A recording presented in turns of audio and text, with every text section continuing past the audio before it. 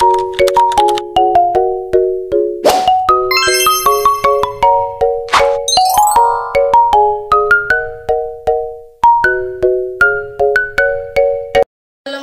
warahmatullahi wabarakatuh.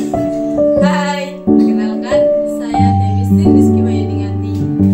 Oke, di sini saya akan membahas tentang nafs al-amarah dan nafs lawamah. Oke, kita mulai ya.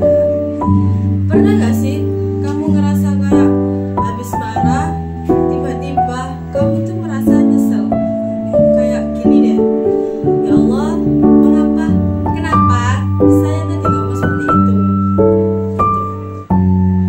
Nah, itu adalah tanda dan dimana dirimu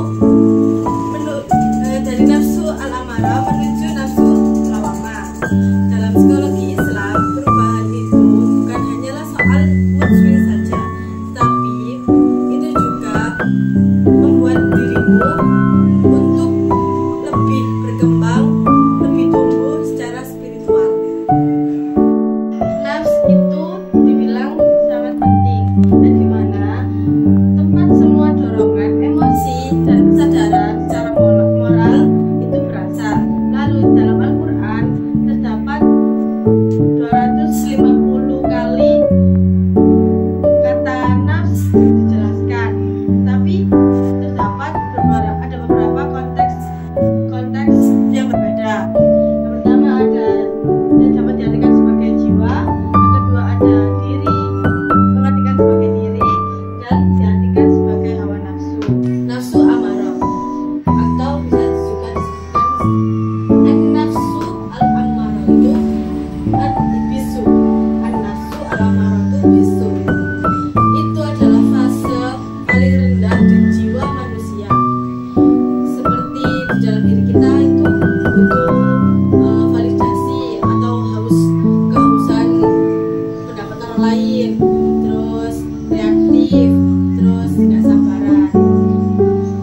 Dan juga ada beberapa cirinya an-nafsu al-amarah itu bisu terhadap diri kita, kayak gampang tersinggung oleh tanggapan orang lain, lalu pengen menang sendiri, gak mau kalau dia itu gak mau mendengarkan pendapat dari orang lain, jadi pendapat dia itu harus gitu.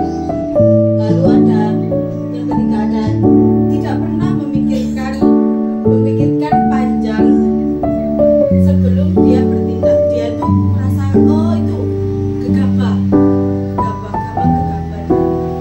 Lalu yang keempat ada cepat menyalahkan orang lain jika dia itu tidak mau disalahkan, padahal dia itu salah, tapi dia itu lalu mengimbaskan apa yang dia salahkan itu kepada orang lain.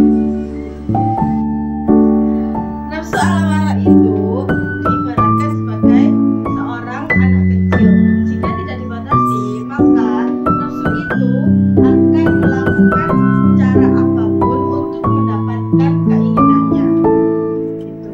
Dalam penelitian dari Islamic Psychology Review tahun 2023 menyatakan bahwa orang yang didominasi nafsu amarah punya tingkat stres dan agresivitas sosial yang tinggi karena mereka sulit untuk mengontrol reaksi pada dirinya sendiri secara spontan.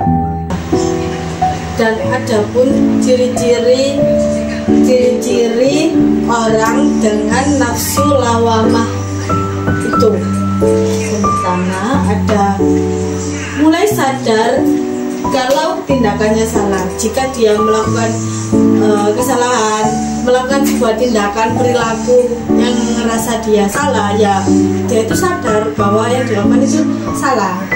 Yang kedua ada belajar minta maaf dan memperbaiki diri.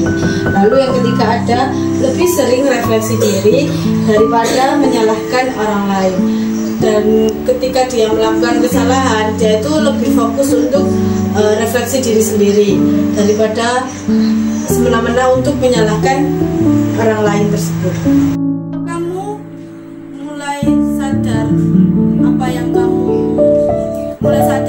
kamu melakukan kesalahan atau habis marah, itu tandanya kamu itu sedang dikuasai oleh nafsu lawamah kamu sendiri.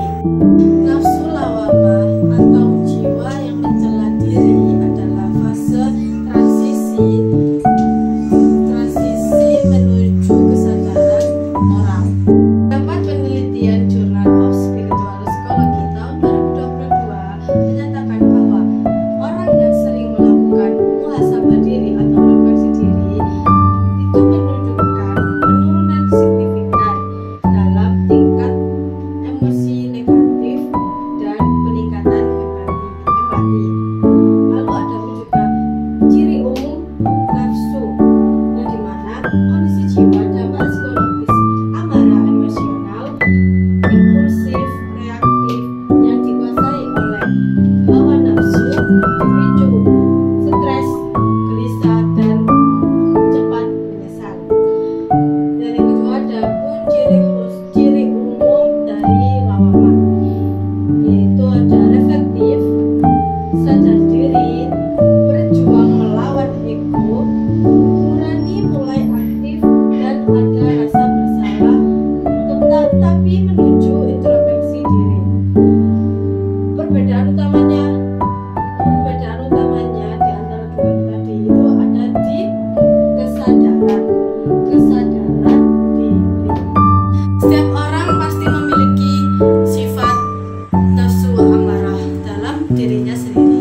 Tapi yang bikin kita beda adalah sejauh mana kita mau mendengarkan nafsu lawamah pada diri kita sendiri, yaitu jiwa yang mengingatkan. Oke, sekian dari saya ucapkan terima